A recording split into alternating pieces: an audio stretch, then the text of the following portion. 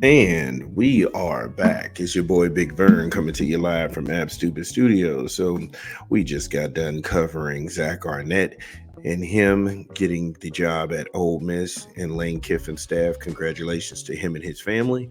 We also talked about Nick Saban putting his foot in his mouth about why he really left college football.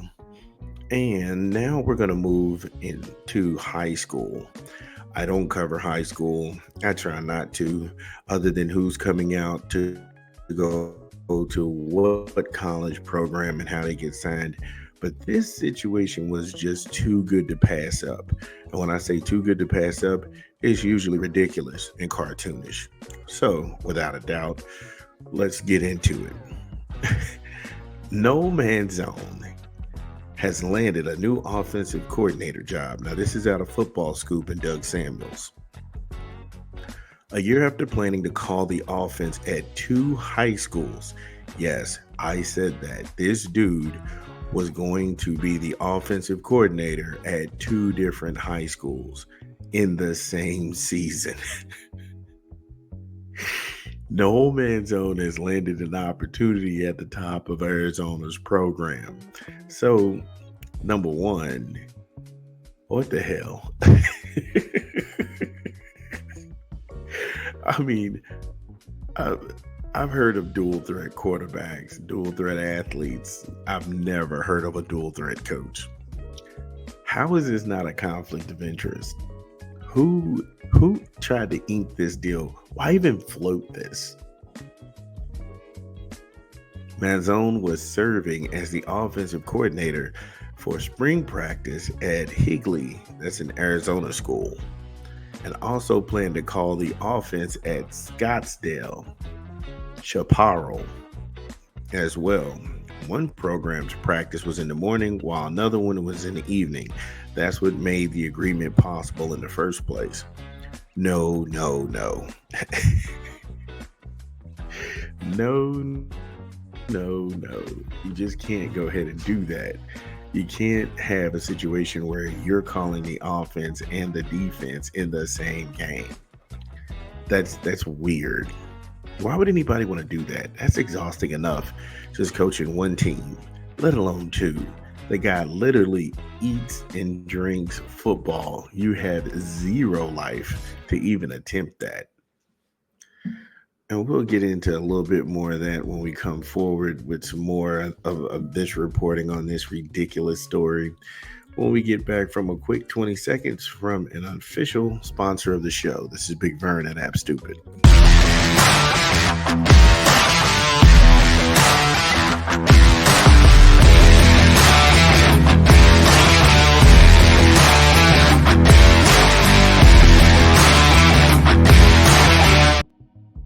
Yes, this is Roast the Host. Roast the Host, this is our inaugural show going down Mother's Day weekend. We will be live streaming across all platforms. It's a put down show, so make sure you come. Couple of rules. Number one, be funny. You have to be funny. You got 2 minutes, make it interesting. A couple of things that's off limits, my wife and kid, and my dad, off limits. Everything else is on the table. Myself, the show, the staff, some comedians will come through. Be a good time. You're going to be judged by the people in the chat. Also, you have to be a subscriber of the show. We'll drop the link in the live. When you come on, you have to be a person. We have to see your face, and then you can go ahead and get it in and do what you got to do. That's Roast the Host going down May the 10th. That's Mother's Day weekend. So when we get back to this of the ridiculous of Malzone, he's trying to actually cover this. The head coach, Eddie Zubri, now he's a friend of Malzone. He was fine with the arrangement of double duty. Yeah. Chaparral's Doug Neeson was like, hell no, I'm not on board with this. Why would I be cool with you calling the plays at another school in the district? This is dumb. He wasn't on board with that. I mean, can you blame him anyway? Like, where's Coach Malzone? He sleep out in his car. Somebody wake him up. We got a game to play. Coach Malzone is stuck in traffic. He's not going to be able to make it until halftime. Literally, those are the conversations that you would be having. To make a long story short, after ruffling some feathers, Malzone called the whole thing a misunderstanding. Yeah, after you found out that nobody was going to be on board with you doing this ridiculous, stupid stuff, now you're just going to be like, you know what? I was playing. See, what had happened was I got offered something that I really didn't think. Come on, man. I was just playing. Psych. You gotta be kidding me. He was all about it until Coach Doug was like, hell no. Then Malzone was like, yeah, you know, can we just let bygones be bygones? Hamilton announced that Mazzone was going to be their new offense. So we got three schools. Now, this is kind of getting like three-card money. He was going to go ahead and be the offensive coordinator at two schools at the same time. But when that thing fell apart, now he went to a completely different school. So I wonder how his longtime friend felt that, hey, look, Zuby was like, hey, look, you can do that. I'm fine with that. But like I said, after everybody got to thinking about it, was like, hell no, now look at us. Look what we're doing. I mean, this story was just weird. But with anything else, nothing is actually the same.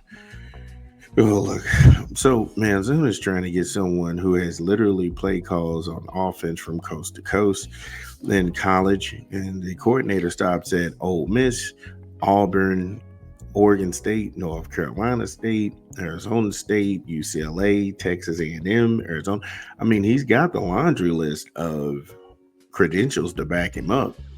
The only thing that I look at when it comes to this is that Malzone, for whatever you think of the guy, he's not trying to go back to the show.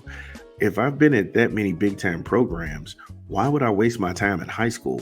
And there's no knock on high schools. I'm sure that there's some pretty fine high schools.